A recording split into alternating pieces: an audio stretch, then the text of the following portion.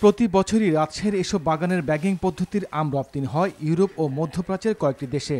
তাই এবার বাগান মালিকরা ৩০ লাখ আমের ব্যাগিং করেছিলেন বেশি লাভের আশায়। কিন্তু এখন তাদের মাথায় হাত। ঢাকার কোয়ারেন্টাইন অফিসের খামখেয়ালিপনার জন্য বিশাল অঙ্কের ক্ষতির মুখে বাগান মালিকরা। বাগান মালিকদের অভিযোগ, মাত্রাতিরিক্ত কীটনাশক ও রোগবালাই আছে এমন অজুহাতে আমগুলো রপ্তানিযোগ্য নয় বলে বাতিল করে দিচ্ছে ঢাকার কোয়ারেন্টাইন অফিস থেকে। এছাড়া প্যাকেটিংয়ের আগে কোয়ারেন্টাইন অফিস থেকে ছাড়পত্র নিতে গিয়ে নানা ধরনের হয়রানির শিকার হচ্ছেন তারা। বর্তমান মার্কেটে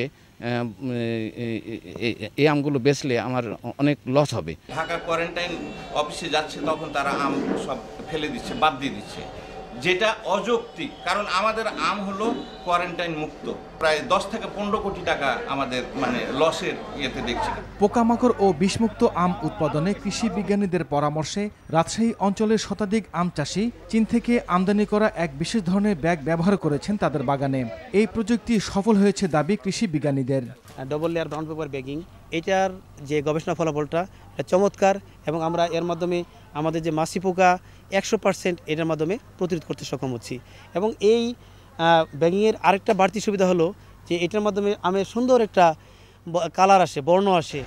চাষিরা আর্থিক ক্ষতির মুখে পড়ে যাতে পুনরায় আম চাষে আগ্রহ হারিয়ে না ফেলে, তাই কোয়ারেন্টাইন অফিসের বিষয়টি ভালোভাবে তদারকি করার আহ্বান এর সাথে সংশ্লিষ্টদের। NTV news desk.